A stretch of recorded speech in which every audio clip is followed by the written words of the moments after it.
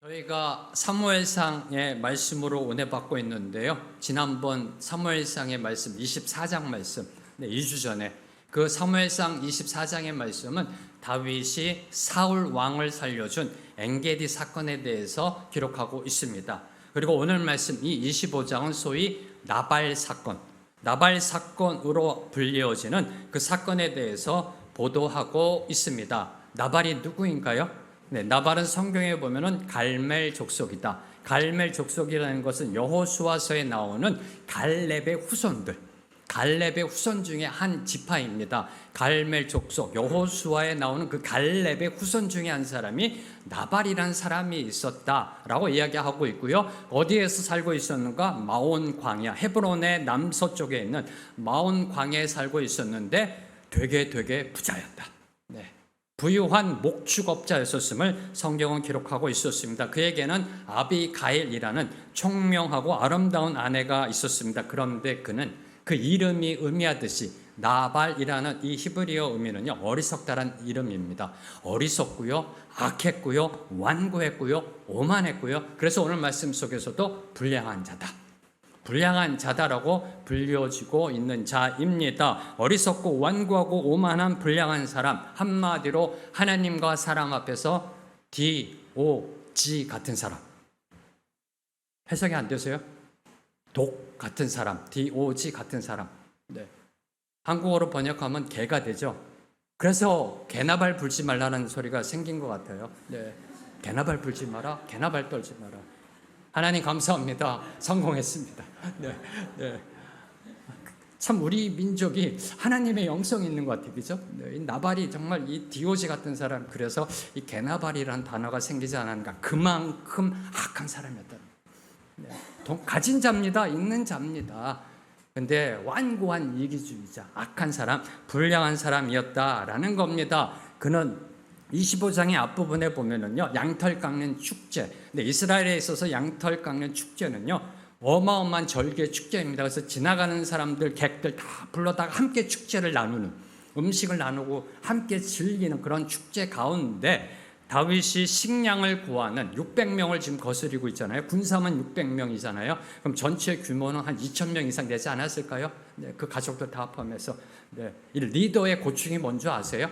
먹여야 한다는 겁니다. 먹여야 돼요.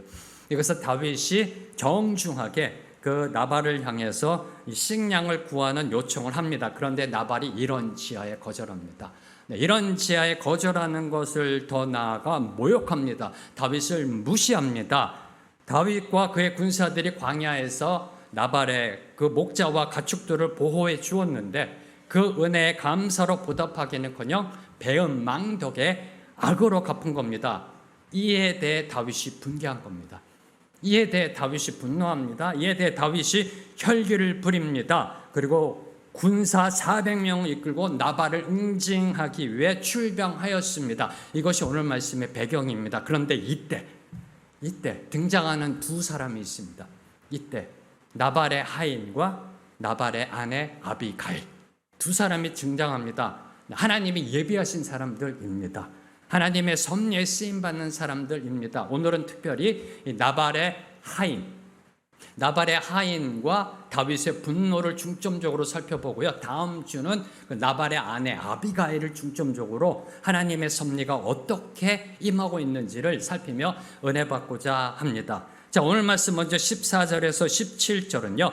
나발이 다윗의 전령들에게, 다윗이 10명을 보냈거든요. 나발에게 식량을 구하기 위해서. 근데 그 전령들에게 행한 불량한 처사에 대해 나발의 아내 아비가일이 보고받은 사실에 대해서 14절에서 17절에 기록되어 있습니다. 먼저 14절 말씀 함께 읽습니다. 시작. 하인들 가운데 하나가 나발의 아내 아비가일에게 말하여 이르되 다윗이 우리 주인에게 문안하러 광야에서 전령들을 보냈거늘 주인이 그들을 모욕하였나이다. 이 나발의 불량하고 또 어리석은 처사에 대하여 아비가일에게 보고한 사람은 다름 아닌 나발의 하인, 나발의 종이었습니다. 자, 다윗이 나발을 치기 위해 준비하고 있을 무렵, 무장하고 군사들을 일으키고 있는 그 무렵에 나발의 하인 중에 그 한 사람이 아비가일에게로 달려갑니다. 달려가서 나발이 다윗의 일행을 모욕하여 쫓아낸 사실과 그동안 다윗 사람들이 광야에서 자기들을 지켜주었다는 사실, 그리고 지금 다윗이 나발을 치기 위해 오고 있음을 보고하며 그에 대한 합당한 그 대응책을 빨리 세우라고 촉구하고 있습니다. 여기서 저와 여러분이 주목해야 될 것, 주인인 나발은요, 이 주인인 나발은 자기가 취한 행동이 어떤 결과를 가져올지 전혀 관심이 없습니다.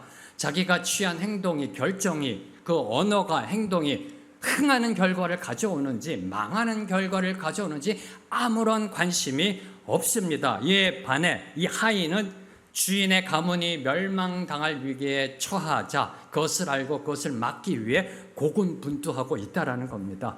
주인은 전혀 개의치 않고요. 자기가 하는 행동이 과연 어떤 결과를 가져오는지, 흥할 건지 망할 건지 전혀 관심도 없는데 그의 하인, 하인, 그것도 이름 모를 하인, 그 하인은요, 자기 주인의 가문이 멸망당할 위기에 처하자 이걸 어떻게 해야 될지 하면서 지금 고군분투하고 있다라는 겁니다. 이 이름 모를 하인으로 인해 결국은요, 다윗이 피해 복수를 하는 것이 멈추게 되고요, 그리고 나발의 지만은 몰살을 면하게 되었습니다. 이 나발의 하인으로 인하여 다윗이 나발 가문을 죽이는, 피를 흘리는 그런 악을 범하는 것이 막게 되었다라는 겁니다. 뭘 교훈할까요? 뭘 여러분은 이 말씀을 통해 느끼시는지요? 저는 이 부분을 묵상하면서요, 이 세상에는 주인의식이 전혀 없는, 주인의식이 전혀 없는 주인이 있고요, 종 같은 주인이 있다는 겁니다. 주인의식이 없어요. 타이틀은 주인인데, 직급은 주인인데 전혀 주인 같지 않은 종 같은 주인이 있는가 하면 반면에 주인 같은 종, 모든 일에 주인의식을 가지고 책임감 있게 순종하며 헌신하는, 충성하는 사람들이 있다라는 사실입니다. 이 땅에 그러한 사람들이 함께 살아가고 있다라는 겁니다. 저는 이 팩트를 묵상함 속에 그냥 딱 떠오르는 게 1997년 우리나라 IMF 위기가 딱 떠오르더라고요.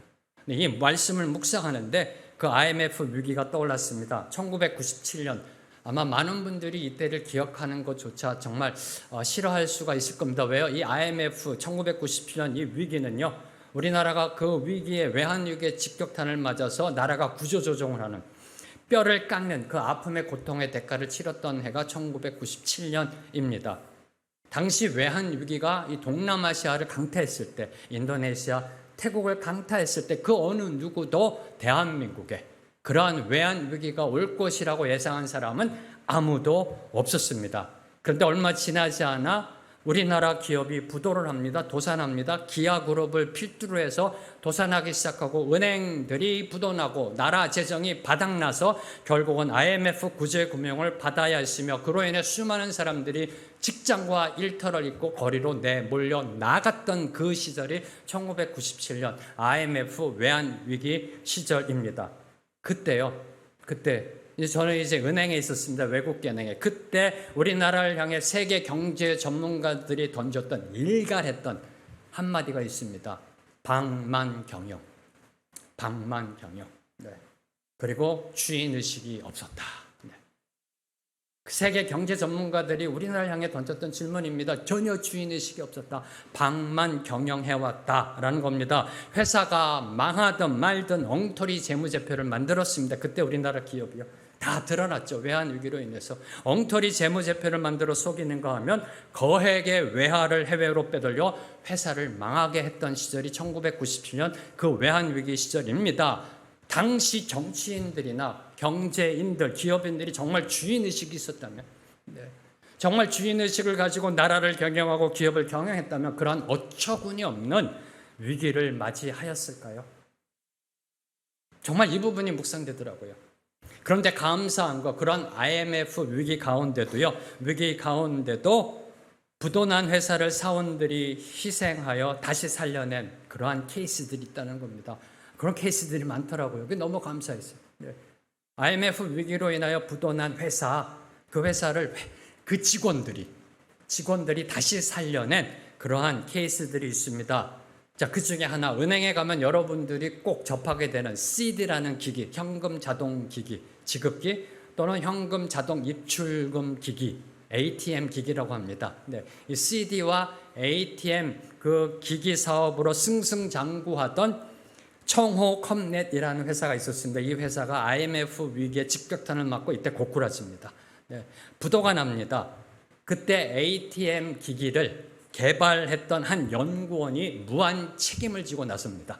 네, 책임지겠다라고 자처하고 나섰습니다. 파업하자는 동료들을 추술이고요. 함께 은행을 돌면서 현금 자동 지급기에 대한 애프터 서비스를 실시했습니다.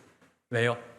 자신이 가서 이 기기 너무 좋다라고 이거 설치해야 된다라고 했던 그 은행 그 직원들 결정했던 부장급이든 지점장급이든 그 사람들이 결정해서 ATM 기기를 설치했는데 회사가 망함으로 인하여 그들이 지금 아주 곤혹스러운 처지에 놓였기 때문에 자신을 믿어주고 ATM 기기를 설치했는데 애프터 서비스를 안 해주면은 그들이 아주 난처한 처지에 놓였기 때문에 그들은 그 연구원은 책임을 지며 애프터 서비스를 해줬던 겁니다. 그런데 쉽지 않았습니다.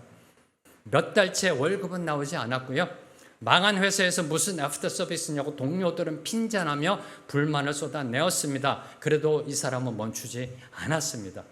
심지어 집으로요. 경매 절차 통지서도 날아왔습니다. 경매 절차 통지서. 왜요? 회사를 위해 보증을 선 게 화근이 되었던 것입니다. 길거리에 나 앉을 판이었던 겁니다. 그 절망의 끝자락에서 그가 선택한 것은 새벽 기도였고요. 새벽 기도였고, 그리고 감사하게도 곧이어 희소식이 날아왔습니다. 그 사업의 파트너였던 후지츠 그룹, 일본의 그 후지츠라는 회사, 그 그룹에서 이 부도난 회사를 인수하겠다라고 결정한 것입니다. 100% 인수하겠다라고 결정하였던 겁니다. 왜요?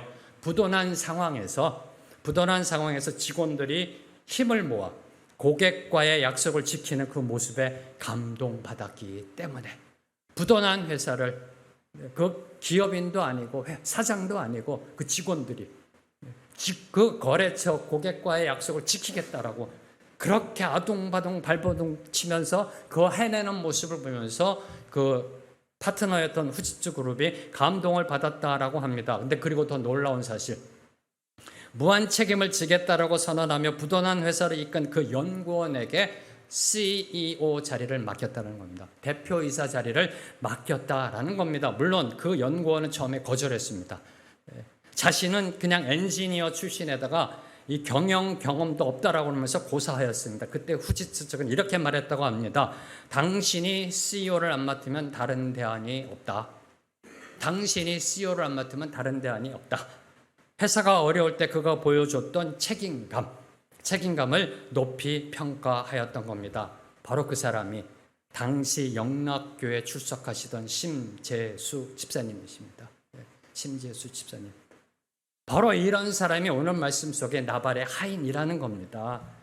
바로 이런 사람이 오늘 우리 시대에 꼭 필요한 사람이라는 것입니다. 아니, 더 나아가 하나님이 쓰시는 사람입니다.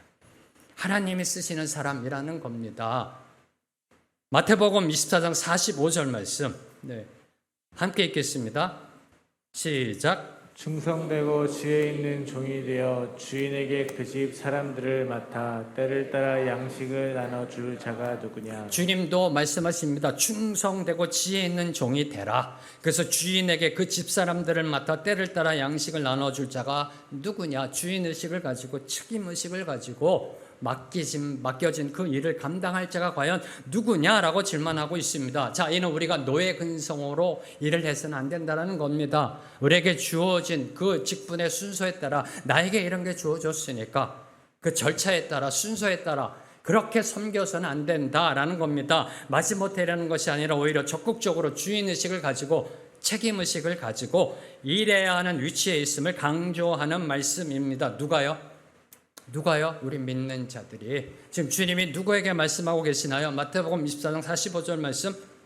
충성되고 지혜 있는 종이 되어 주인에게 그 집 사람들을 맡아 때를 따라 양식을 나눠줄 자가 누구냐? 누구에게 묻고 계시나요? 저와 여러분에게, 우리 믿는 자들에게 지금 질문하고 계시는 겁니다. 어디서요?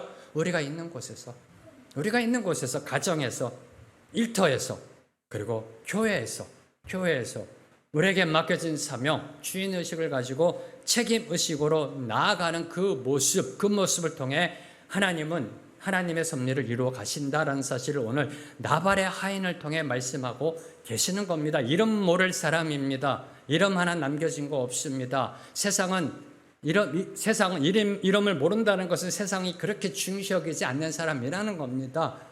그런데 그를 통해 하나님께서 오늘 역사하시는, 다시 말해 다윗의 인생 가운데 악을 행할 수도 있었던 그 실수와 잘못을 막는 데 쓰임받은 자가 이름도 모르는 나발의 하인 중에 한 사람. 왜요?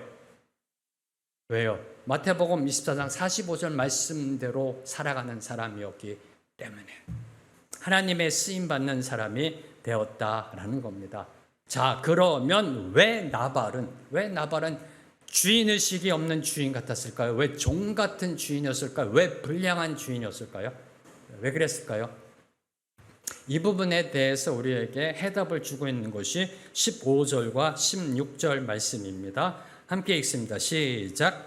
우리가 들에 상종할 동안에 그 사람들이 우리를 매우 선대하였으므로 우리가 다치거나 잃은 것이 없었으니 우리가 양을 지키는 동안에 그들이 우리와 함께 있어 밤낮 우리에게 담이 되었습니다. 우리가 들에 있어 그들과 상종할 동안에, 우리가 들에 있다라는 것은 여러분이 아는 이 국어 사전적 의미, 들판, 이런 들이 아닙니다. 이 들이라는 건 광야를 의미합니다. 그 마온 광야, 이스라엘의 광야. 네. 이 들에 있어, 광야에 있어, 즉 광야에 있었다라는 겁니다. 광야는 이미 저희들이 3주에 걸쳐서 살펴보았습니다. 매우 거친 곳이고요, 살아가기 힘든 곳이고 생존하기 힘든 곳이고 에어컨이 없는 곳입니다. 얼마나 감사한지 오늘 저희들이 조금 광야를 경험하고 있습니다. 조금만 참으세요. 네, 많이 더우시죠? 네, 제가 이 설교에 에어컨을 막 뿜어드려야 되는데 그렇게 될 줄로 믿습니다. 네. 이 광야라는 곳입니다. 광야. 근데 지금 저희가 이렇게 조금만 에어컨이 고장나도 힘든데 광야는요 정말 거칠고 생존하기 힘든 곳입니다. 척박한 땅입니다. 그리고 사나운 짐승들이 거하는 곳일 뿐만 아니라 양떼를 노리는 도적들이 언제나 있었습니다. 양떼를 노리는 도적들로 인해 지켜주는 자가 없이는 안전을 보장받기 어려운 곳이 바로 이 들이라는 단어입니다. 광야라는 단어입니다. 자, 이런 가운데서 나발의 재산이 온전히 보존되고 그가 오늘 양털 깎는 축제의 기쁨을 누릴 수 있었던 것은 모두 다 다윗과 그 일행의 수고 덕분이다라고 성경은 기록하고 있습니다. 15절 보면 그 사람들이 우리를 매우 선대하였으므로, 16절 밤낮 우리에게 담이 되었음이라. 바로 이것을 나발이 알지 못했던 겁니다. 이것을 알지 못했기 때문에 불량한 주인, 종 같은 주인으로 나아갈 수밖에 없었던 겁니다. 다윗 일행의 선대함에 나발이 감사하지 못했던 그 결정적인 이유는 바로 그가 광야에 없었다라는 사실입니다. 광야에 없었다는 사실입니다. 집에서 편안히 호의호식하면서요, 집에서 에어컨 틀어놓고 시원한 음료 마시면서 부귀 영화를 누리고 있으면은요 광야의 어려움을 절대로 이해할 수가 없습니다. 집에서 호의호식하며 광야를 바라보면요 광야의 그 어려움과 힘듦을 전혀 깨닫지 못한다라는 사실입니다. 자신의 재산이 온전히 보존되고 양털 깎는 기쁨을 누릴 수 있었던 것, 그 모든 것이 다윗과 그 일행의 수고 덕분이었음을 절대로 알 수가 없습니다. 집안에서 윈도우를 통해 내려다보는 광야 절대로 알 수가 없다라는 겁니다. 그저 모두 다 자기가 잘나서 잘 되는 줄로 착각합니다. 내가 일꾼들을 잘 뽑아서 이 일꾼들이 잘하는 것이다. 내가 요때 이렇게 하라고 그래서 이 일이 잘 풀리는 것이다. 다 자기가 잘나서. 그때 베이스 캠프를 여기서 여기로 옮기라고 그래가지고 도적대에 우리가 공격을 안 받은 것이다. 자기가 잘나서 다 잘 되는 줄로 착각합니다. 광야에서 누군가가 자신의 재산을 지켜주는 그 수고함을 모릅니다. 왜요?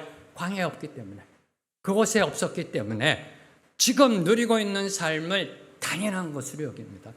당연한 것을 여기고 전혀 감사할 줄을 모르는 사람이 바로 이 나발이었다라는 겁니다. 오늘 저와 여러분도 이 세상, 광야 같은 세상을 살아가고 있습니다. 여러분이 살고 있는 이 세상 광야 같습니다. 아니 어쩌면 광야를 지나고 있는 분들도 계시고요. 자, 그러면 여러분에게 질문합니다.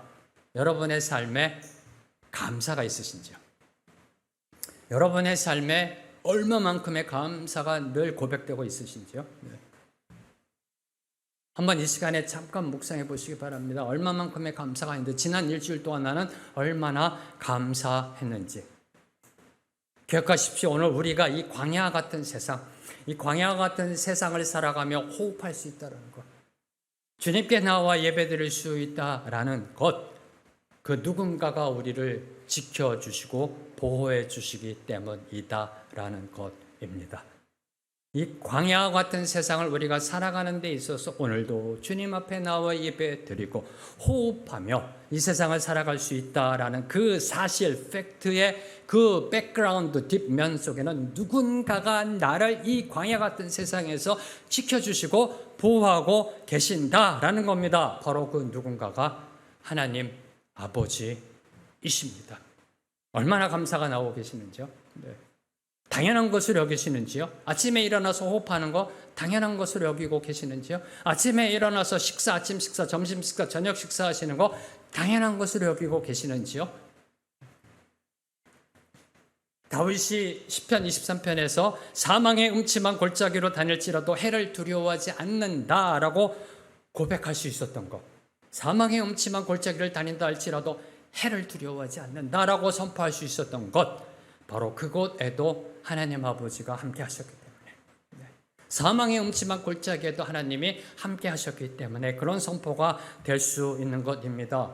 우리의 보호자 되시는 하나님 아버지, 우리를 이끌어 주신 하나님 아버지, 우리를 인도하시는 하나님 아버지는 오늘 저와 여러분 우리 모두를 향해 이렇게 선포합니다. 두려워 말라, 내가 너와 함께함이라. 두려워 말라, 내가 너와 함께함이라. 믿으시는지요? 그러면 감사가 나오게 되어 있습니다. 이 광야에 있지 않으면 나발처럼요, 집안에서 호의호식하며 광야 그렇지, 광야 겪어야지, 신앙생활 광야 학교라고 그러니까 말은 그렇게 하면서도 집안에서 호의호식하며 이 윈도우를 통해 광야를 내려다보면 절대 감사가 안 나옵니다. 절대 감사가 나올 수가 없는 것입니다. 나발의 하인은 나발과 달리, 주인인 나발과 달리 광야에 있었기 때문에, 광야에 있었기 때문에 다윗이 누구인지, 그가 얼마나 고마운 사람인지 알 수 있었던 겁니다. 한마디로 감사할 줄 아는 사람이었다라는 겁니다. 왜요? 광야에 있었기 때문에. 광야에 있었기 때문입니다. 우리가 이 광야 같은 이 세상을 살아가는 가운데요, 하나님의 지켜보아심의 그 은혜를 느껴야 한다는 겁니다. 체험해야 한다는 겁니다. 그분의 선하심을 맛보아야 한다는 겁니다. 눈으로 보고 귀로 듣고 주목하여 체험해야 한다는 겁니다. 그래야 감사가 나옵니다. 그래야 감사가 나오지, 아침에 눈을 떠서 호흡하니까 당연하지, 숨 쉬는 거 이게 아니라 아침에 눈을 떠서 호흡할 때 주여 감사합니다. 주여 감사합니다. 아침 식사하면서 감사합니다. 제가 이런 반찬을 먹을 수 있고, 이런 쌀을 먹을, 감사합니다가 나오게 되는 것입니다. 그분의 선하심의 인도하심을 체험하면, 그분의 이끄심이 없으면 내가 하루도 살아갈 수 없다는 이 사실을 깨달아야 감사가 나올 수 있게 되는 것입니다. 기억하십시오. 하나님의 은혜는요, 성경 속에 기록된 문자적 은혜가 아니라는 겁니다. 하나님의 은혜는 이 성경 속에 기록되어 있는, 이 성경 속에 갇혀 있는, 글자로 갇혀 있는 문자적 은혜가 아니라 오늘도 우리 삶에 베풀어지는 현재 진행형의 은혜이다. 그분의 은혜는 현재 진행형의 은혜입니다. 광야는 절대로 이성으로, 지식으로, 학문으로, 논리로 알 수가 없습니다. 오직 삶의 체험으로만 알 수 있는 것이 바로 이 광야입니다. 이 광야에 없었기 때문에 나발은요, 그 이름대로 나발이 된 겁니다. 어리석은 자, 불량한 자, 감사를 몰랐던 겁니다. 자, 이제 21절과 22절을 보면요, 다윗이 왜 나발을 치기로 결심하게 되었는지 그 동기가 언급되어 있습니다. 21절과 22절 말씀 함께 읽습니다. 시작. 다윗이 이미 말하기를 내가 이 자의 소유물을 광야에서 지켜 그 모든 것을 하나도 손실이 없게 한 것이 진실로 허사라. 그가 악으로 나의 선을 갚는도다. 내가 그에게 속한 모든 남자 가운데 한 사람이라도 아침까지 남겨두면 하나님은 다윗에게 벌을 내리시고 또 내리시기를 원하노라 하였더라. 성경에서 이런 다윗의 모습 보신 적 있으세요? 상당히 화가 나 있어 지금요. 네. 상당히 화가 나 있습니다. 22절에 보면 다윗은 나발과 나발에게 속한 모든 남자까지 한 사람도 남겨주지 않고 죽이겠다고 맹세하기까지 분노하고 있습니다. 나발에 분노하고 있습니다. 여러분 한국어 성경을 보시니까 이 감이 안 나오시는데요. 여기 22절에 보면은 내가 그에게 속한 모든 남자라고 되어 있죠. 남자로 번역된 이 히브리 이 원어는요. 벽에다가 오줌을 누는 사람이란 뜻이에요. 벽에다가 오줌을 누는 사람. 네. 비하하는 겁니다. 그만큼 화가 나 있는 거예요. 네. 나발의 모든 남자들 벽에다 오줌 쓰고 있는 그 니오노 밈 다 쓸어버리겠다고 다윗이 어느 정도 화가 나 있냐면 이 단어를 사용할 정도로 비하하는 단어를 사용할 정도로 지금 화가 나 있는 겁니다. 분노하고 있습니다. 왜요? 왜 분노하고 있나요? 그 이유에 대해서 21절은 이렇게 설명하고 있습니다. 그가 악으로 나의 선을 갚는도다. 악으로 나의 선을 갚는도다. 네. 악으로 나의 선을 갚는도다. 선을 베풀었는데 선으로 갚지는 못할 망정 차라리 갚지를 말지 악으로 갚았다는 겁니다. 자, 이로 볼 때 다윗이 지금 격분하고 있는 것이 어쩌면 당연해 보일 수도 있습니다. 그렇죠? 네. 선으로 베풀었는데요. 차라리 베풀지 않으면 좋은데 돌려준 것이 악이에요. 네.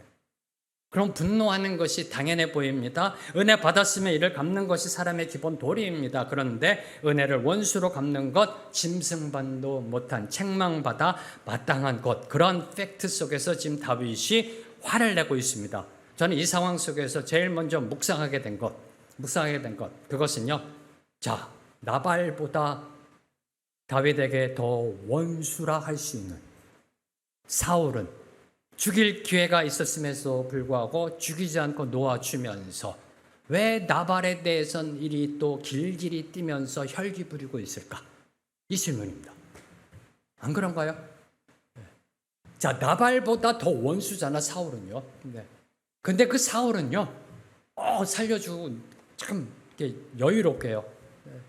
흔들림 없이 침착하게.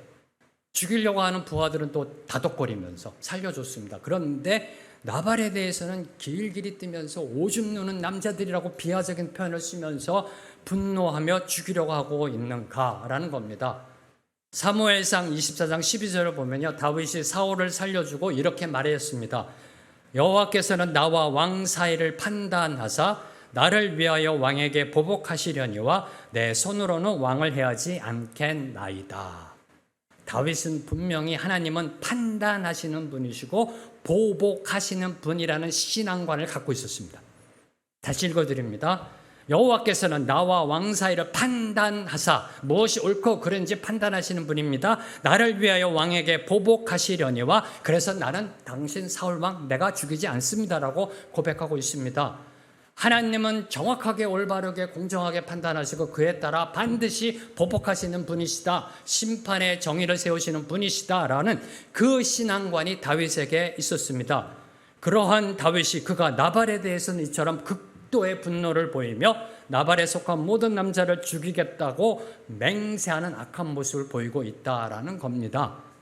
그것도 단 한 번 모욕당함으로 인하여. 단 한 번 모욕당함으로 인하여. 그렇죠? 하나님은 판단하시는 분이십니다. 하나님은 친히 심판하시는 주권자입니다. 심판도 주님께 있습니다. 그러니 주여 당신이 모든 걸 이루어 가주시옵소서 고백한 지 한 장 지나서 얼마 되지 않았어요. 얼마 되지 않아서 지금 본인이 직접 나서고 있는 겁니다. 내가 이놈 뽐때를 보여줘야 되겠다. 선을 베푸는데 악을 갚아? 이건 인간도 아니야. 이건 인간 쓰레기야. 내가 당장 가서 저놈의 목을 치리라. 지금 이렇게 다윗이 악한 모습을 보여주고 있는 겁니다. 자, 그러면 사울을 대했던 그 다윗의 성품 얼마나 멋있었어요? 24장에 보면 멋있지 않으세요? 전 그렇게 담고 싶거든요. 겉옷자락만 자른 것만 해도 양심에 찔려서 하나님 앞에 두려워하고 있고요. 하나님의 섭리에 대한 믿음이 있었잖아요. 24장에는. 엔게디 광야 굴속에서는요. 그 믿음의 여유가 있었어요. 신앙의 품격이 있었어요. 하나님께서 모든 걸 하실 것이라는 섭리에 대한 믿음이 있었어요. 이게 다 어디로 간 것일까요? 그것도 한 장밖에 안 지났는데 이게 다 어디로 간 것인가? 이 부분입니다. 저와 여러분이 묵상해야 될 게 이 부분입니다. 24장에서는 신앙의 품격이 있었는데 왜 25장에서 일이 길길이 뛰고 있는가? 누가? 다윗이. 똑같은 사람이. 시간이 그렇게 많이 지나지도 않았어요. 한 장이니까 24장에 25장. 이 부분이 저와 여러분이 오늘 놓치지 말아야 되는 것입니다. 왜 하나님이 다윗으로 하여금 그 분노를 다스리게 했는지 이 부분입니다. 아무리 믿음이 좋아도요, 신앙의 연륜이 깊어도 매 순간 주님의 이끄심의 은혜를 사모해야 한다는 겁니다. 아무리 빼어난 목사라 할지라도, 아무리 신앙이 깊은 장로라 할지라도, 권사라 할지라도 그 마음의 중심은 본질적 타락함이 있다라는 겁니다. 아무리 믿음이 좋아도요, 아무리 성경을 많이 알고 있어도 매 순간마다 성령께서 이끄시는 그 은혜, 다시 말해 절제라는 성령의 열매를 구하지 아니하면 우리 내면에 잠재되어 있던 죄악된 본성이 슉 올라온다라는 겁니다. 저는 이걸 많이 경험하거든요. 우리 내면에 잠재되어 있던 그 죄악된 본성, 타락한 본성이요, 슉 올라옵니다. 하나님의 이끄심에 그 은혜를 놓치면요, 내가 중심이 돼서 인본주의적으로 살아가면요, 내면에 있던 게 쑥 올라와요. 그 어느 누구도 완벽하지 못합니다. 완벽한 신앙인은 없습니다. 그렇죠? 우리 모두는 공사 중입니다. 신앙의 공사 중입니다. 지금도 공사가 진행되고 있습니다. 잘못된 거 있으면 다시 허물고 다시 지어주고 한층 한층 신앙의 공사가 이루어지고 있는 게 바로 저와 여러분입니다. 그래서 감독 관리하는 분의 지시와 인도함이 필요하다라는 겁니다. 어젠 그래도 좀 괜찮아 보였어요. 네. 어젠 그래도 좀, 내가 그래도 하나님의 믿는 백성답게 잘 참았지. 주님 감사합니다. 괜찮죠, 하나님? 오늘은 형편없이 무너지는 꼴을 보일 수 있습니다. 추한 모습을 보일 수 있습니다. 주님, 나 같은 게 무슨 목사입니까? 주여 용서하옵소서라고 하나님 앞에 나아갈 수밖에 없는 게 저와 여러분의 인생이라는 겁니다. 어제는 그래도 괜찮았는데, 어제는 그래도 나 교회 다녀라고 말할 수 있었는데, 오늘은 이게 뭐야? 그거 하나 가지고 내가 이 모양 이 꼴로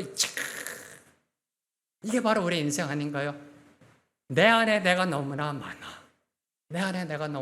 특별히 내 안에 두 가지의 모습이 늘 항상 부딪힌다는 겁니다. 로마서 7장에 사도 바울께서 고백했듯이 나는 선을 향하고 싶어 하는데 내 안에는 악이 나를 이끌고 가는구나.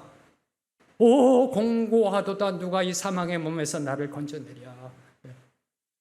이 육과 영의 충돌, 늘 항상 우리의 삶 가운데, 우리의 심령 가운데 영과 육이 충돌하는 것입니다. 공사되어서 지어져가는 가운데 영과 육이 충돌되어지면서 점점점 하나님의 신령한 백성으로 세워져 가는 것이 바로 저와 여러분의 모습이라는 것입니다. 그래서 날마다 하나님의 개입이 필요한 겁니다.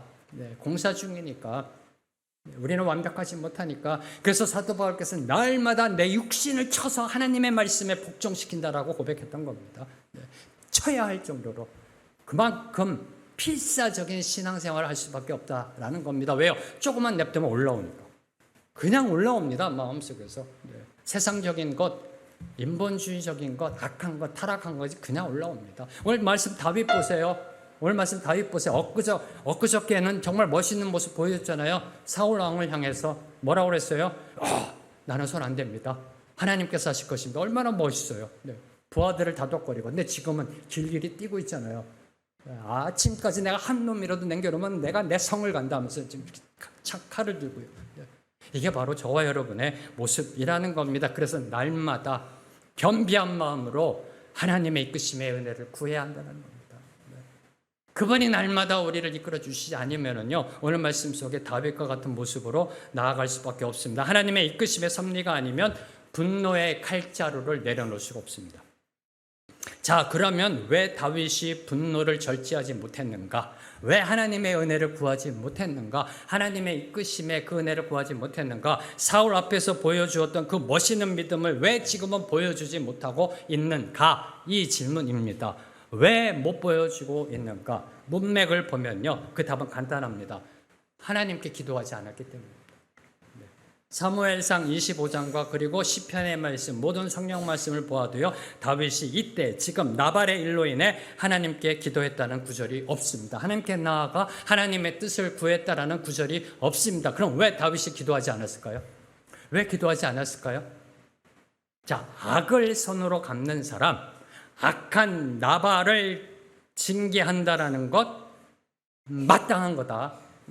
악한 나발, 악한 사람, 선을 악으로 갚는 사람은 징계받아 마땅하다라고 생각했기 때문에 당연한 거다. 이거는 공의를 세워야 된다, 정의를 세워야 된다. 그래서 굳이 이걸 갖고 하나님께 나아갈 필요 없다라고 생각했기 때문입니다. 인간의 자기의 의로 판단하면요, 흥분하게 됩니다. 화를 내게 되어 있습니다. 세상 악과 부조리를 향해서요.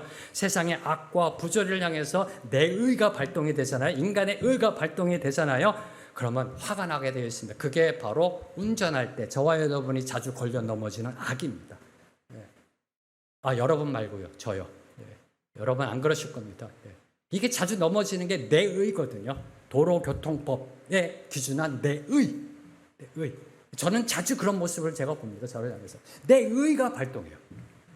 세상적 의가 발동. 그럼 화가 나게 돼 있어요. 세상 악을 향해, 부조를 향해. 화가 납니다. 혈기를 부립니다. 그런데 문제는 화를 내면, 혈기를 부리면 기도가 안 나온다는 겁니다. 기도가 안 나와요.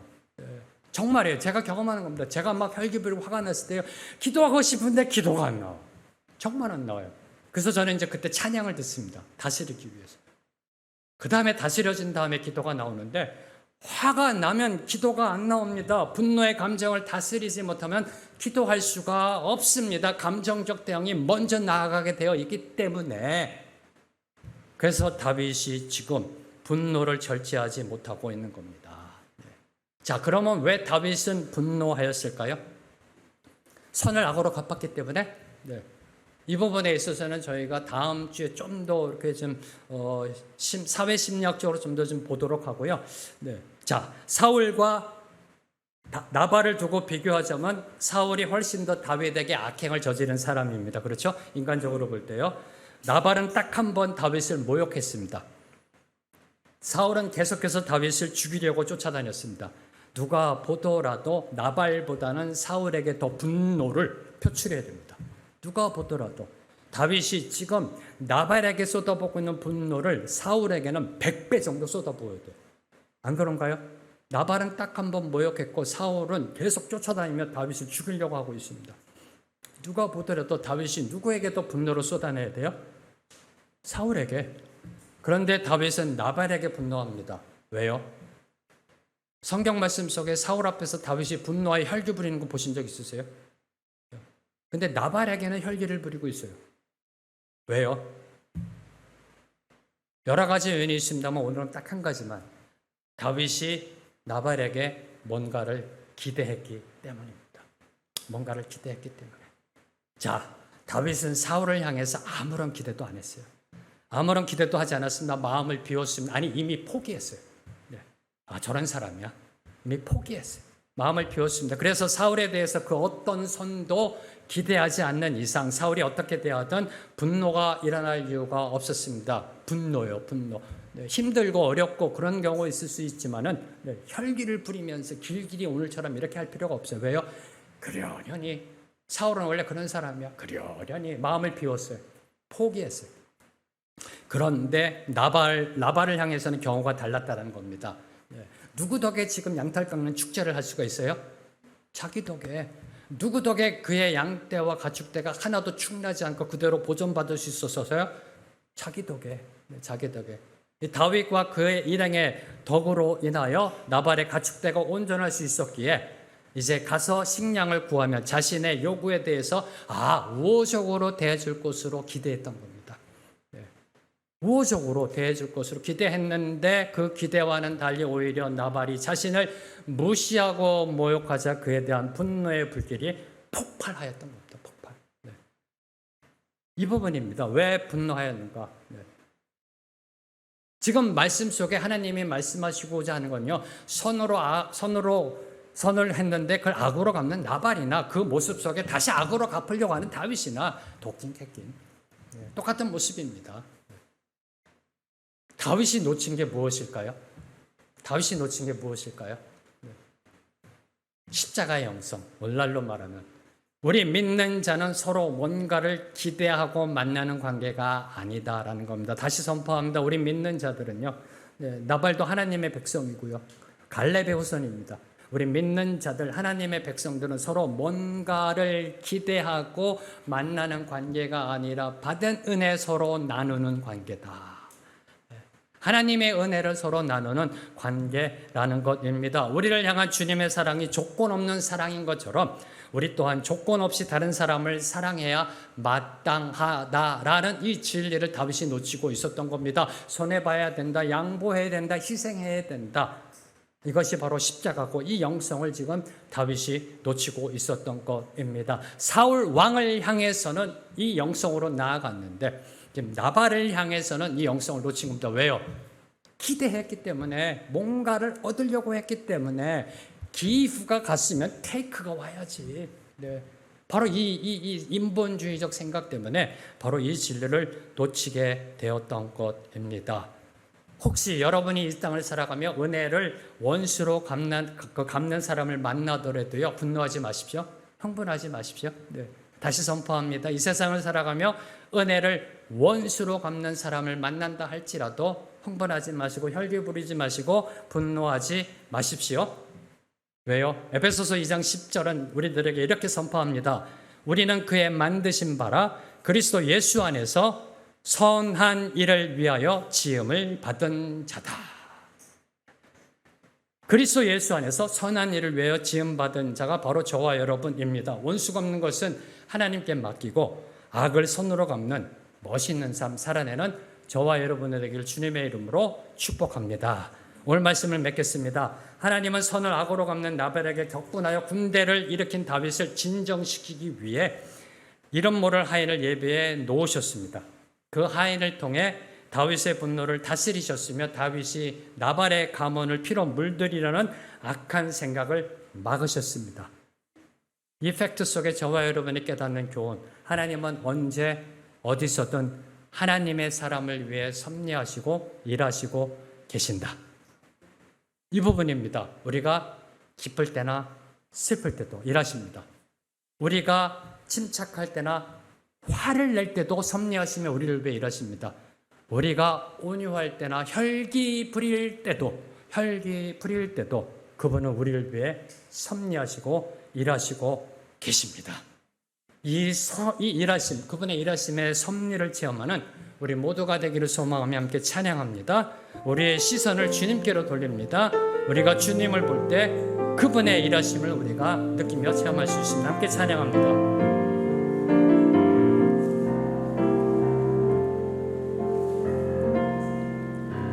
내게로부터 눈을 들어 주를 보기 시작할 때 주의 일을 보겠네. 주의 일을 보겠네. 내 작은 마음 돌이키사 내 작은 마음 돌이키사 하늘의 꿈꾸게 하네. 주님을 볼 때 주님을 볼 때 모든 시선을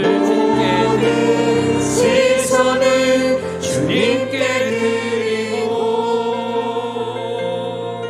살아계신 하나님을 느낄 때 내 삶은 주의 역사가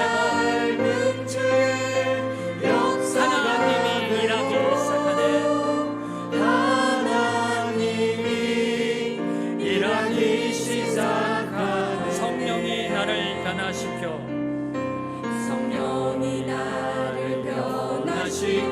모든 두려움 사라질 때 주의 일을 보겠네. 황폐한 땅 한가운데서 주님 마음 알게 되리. 언제요? 주님을 볼 때. 어디서요? 광야에서, 황폐한 땅에서 모든 시선을 주님께 드리는 저와 여러분이 되기를 선포합니다. 전능하신 하나님을 느낄 때 그때 세상은 주의 나라가 됩니다. 그걸 통해서 나를 통해서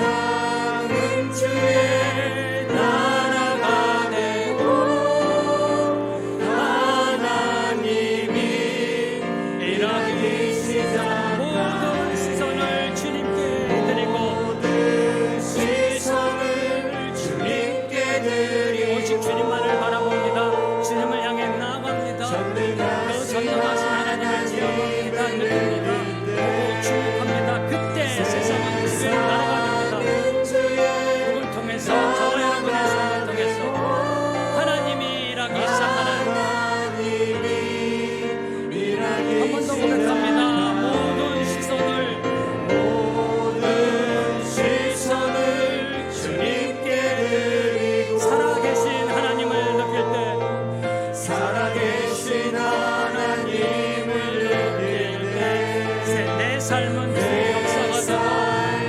주의 역사가 되고 하나님이 일하기 시작하네.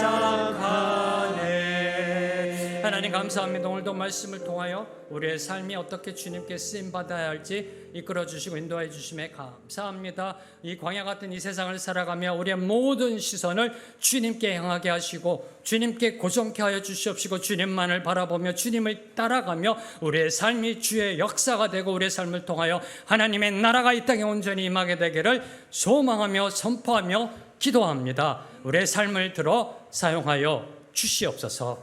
예수님의 이름으로 기도합니다. 아멘.